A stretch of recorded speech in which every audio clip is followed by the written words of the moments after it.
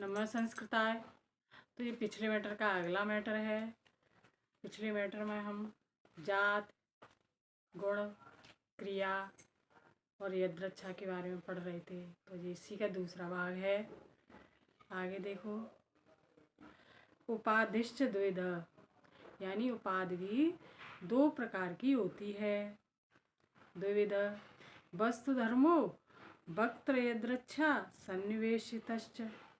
पहली है वस्तु धर्म और दूसरी है वक्त, यानी बोलने की अपनी इच्छा। वस्तु धर्मो अपि द्विविधा, वस्तु धर्म भी दो प्रकार की है के रूप में शब्द यदृच्छा। एक तो सिद्ध, सिद्ध या दश्च, सिद्ध साध्यश्च। एक तो सिद्ध, दूसरी साध्य। सिद्ध धर्म भी दो प्रकार का है। पदार्थ प्राण प्रदो विशेष दान हेतुश्च। एक पदार्थ की व्यवहार योग्यता के निर्वाह अथवा पदार्थ के स्वरूप का आदायक। तो दूसरा है विशेष प्रतीत का हेतु। तत्रादो जात, इन जात या सामान्य वाक्यपदी नामक ग्रंथ में कहा गया है। उक्त ही वाक्यपदीये नहीं गौ स्वरूपेण गौरनाप्य गो गोत्वाभिसंबंधात गौरित। गौ व्यक्ति अपने व्यक्तिगत रूप से न तो गौ है न अगोही। अ का अर्थ है नहीं अगोही और ना ही अगोही, अपितु गौत्र जात के संबंध से गौ या गौपद वाच्य है। नहीं गौ स्वरूपेण गौरनाप्य गो गोत्वाभि संबंधात गौरित। द्वितीय गुण शुक्ला दिना ही लब्ध सत्ताकम वस्तु विशिष्यते। दूसरा जो स्वरूप किया गया है जिसने ऐसी वस्तु शुक्लादि गुणों से विशिष्ट साध्य रूप धर्म क्रिया रूप होता है। पहले होने वाले तथा पीछे होने वाले अर्थात क्रमिक हुआ करते हैं। साध्य पूर्वा परिभूत अवयव क्रिया रूप।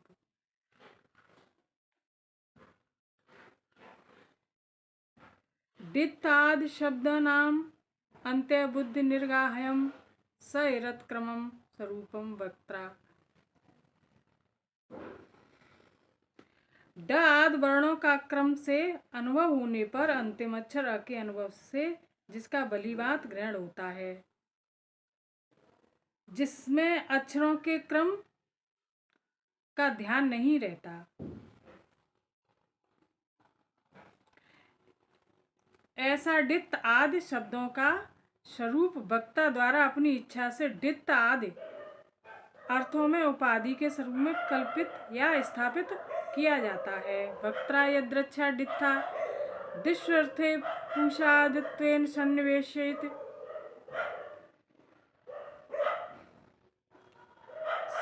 इत स्वयं संज्ञा रूप यदृच्छात्मक इति, स्वेच्छा से कल्पित किया गया है स्वरूप जिसका ऐसा यह संज्ञा रूप है। गौर शुक्ल डित्त इत्यादो, गौर शुक्ल चला और डित्त इत्यादि में चतुष्टयी शब्दानाम प्रवृत्ति रीति महाभाष्यका। शब्दों की प्रवृत्ति चार प्रकार की है। यह महाभाष्यका पतंजल का कथन है। यानी इसकी व्याख्या है, कहने का मतलब यह है जात गुण क्रिया तथा यद्रा से चार उपाधियां हैं। ये पिछली वीडियो में हमने बताया था, जिनमें किसी शब्द का संकेत ग्रह किया गया है। उपादिष्ट इत्यादि अवतरण द्वारा अंधकार ने इन चारों का स्वरूप तथा भेद स्पष्ट किया है।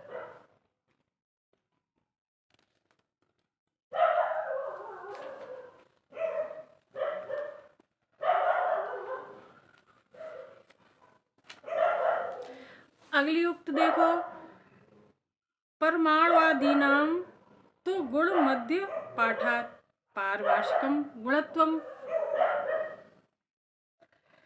गुणों के मध्य में परमाणु आदि का पाठ होने के कारण उन्हें पारिभाषिक रूप से गुण कहा जाता है।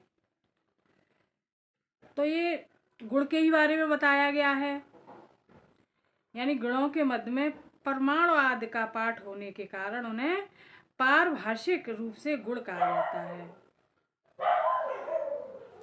इसकी व्याख्या है, वैशेषिक शास्त्र में परमाणु शब्द का दो अर्थों में प्रयोग किया गया है। एक तो पृथ्वी आदि चार भूतों के उस सबसे छोटे एक कण के लिए जिसका आगे विभाग नहीं हो सकता, जैसे पृथ्वी परमाणु, जल परमाणु आदि। यह परमाणु वैशेषिक के अनुसार एक द्रव्य है जिसमें परमाणुत्व रूप जात के कारण ही परमाणु शब्द का व्यवहार होगा। दूसरे सबसे छोटे परमाणु को परमाणु कहते हैं, अर्थात परमाणु का परमाणु भी परमाणु कहा जाता है। यानी परमाणुत्व का अर्थ है परमंडल्य। यह वैशेषिक की दृष्टि से गुण है, अतः यहाँ परमाणु शब्द गुणवाचक होगा। इसी प्रकार आदि शब्द से संग्रहित परम महत प्रभुत्व आदि के विषय में भी शंका हो सकती है। आत्मा तथा प्रकाश आदि को वैशेषिक में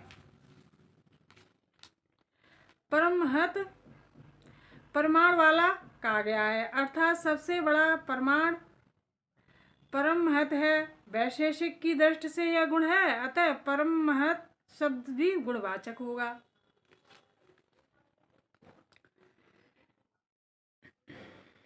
इस शंका के समाधान के लिए ग्रंथकार ने परमाणुदीनाम गुणत्वम इत्यादि कहा है, जिसका भाव यह है, परमाणुत्व आदि प्राणपद धर्म है, अतः परमाणु आदि शब्द वास्तव में जातवाचक ही है।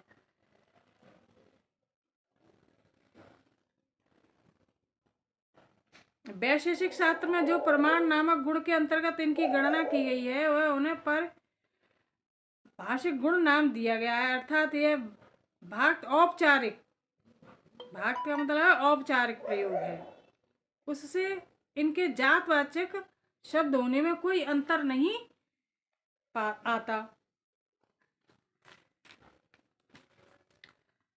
तो ये गुण के ही बारे में बताया गया है। गुण क्रिया यदृच्छानाम वस्तुतः एक रूपाणाम अप्याश्रय भेदाद भेद इव लक्ष्यते। गुण क्रिया यदृच्छात्मक संज्ञाओं के वास्तव में एक रूप होने पर भी आश्रय के भेद से भेद सा प्रतीत होता है। यथैकस्य जैसे एक ही, मुखस्य खड्ग मुख, रतई लता रतई लाध्या लम्बन भेदात। मुख जैसे मुख खड्ग, दर्पण खड्ग तलवार को कहते हैं, दर्पण शीशा तथा तेल आदि आलम्बन भेद से भिन्न भिन्न प्रतीत होने लगता है। यहाँ गुण रूप, इसकी व्याख्या है, गुण रूप क्रिया रूप और संज्ञा रूप आदियों के संकेत का विषय माना गया है, किंतु भिन्न भिन्न वस्तुओं में शुक्लादि रूप भिन्न भिन्न हैं। जैसे शंख, दूध और चीनी के शुक्ल वर्ण भिन्न भिन्न हैं, तब इनमें संकेत मानना कैसे संभव है? ये शुक्लादि विविध व्यक्ति ही हैं, यानी कलर तो एक ही है उनका, लेकिन व्यक्ति मतलब शंख अलग है अपना, दूध अलग है और चीनी अलग है, ये इनका मतलब अलग अलग व्यक्ति हैं, अलग अलग वस्तु है। इनमें संकेत मानने से वही अनंत और व्यभिचार दोष होगा, जो पिछली कारिका में हमने बताया था। जो व्यक्ति में संकेत मानने में बाधक है, इसके समानार रूप में ग्रंथकार गुण आलम्बन भेदात इत्यादि कहे जाते हैं। अभिप्राय यह है कि सब शुक्ल पदार्थों शंख, दूध तथा चीनी आदि में रहने वाला शुक्ल गुण एक ही है। गुण तो एक ही है, क्योंकि सफेद कलर है इन सबका, लेकिन वह वस्तु अलग अलग है, व्यक्ति अलग अलग है, अनंत है। उनमें कोई वास्तविक भेद नहीं है। केवल आश्रय के भेद से ही भिन्न भिन्न पदार्थों में रहने वाले शुक्ल में भिन्नता सी प्रतीत हो रही है। जैसे एक ही मुख को जब तलवार में, दर्पण में अथवा तेल में देखा जाता है तो वह प्रतिबिंब के आधारों की भिन्नता के कारण अपरिवर्तित होते हुए भी भिन्न सा प्रतीत होने लगता है।